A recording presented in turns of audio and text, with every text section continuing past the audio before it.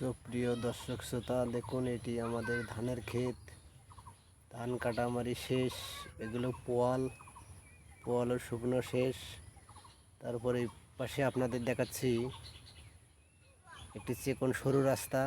তারপরে এই রাস্তা দিয়ে গেলেই দেখুন একটি আবাসনের ঘরগুলো, অনেক টিনগুলো মশরা ধরে গেছে, ঘরগুলো ভেঙে গেছে। আবাসনের পাশেই একটি পুকুর, বিশাল বড় একটি পুকুর। এই দেখুন,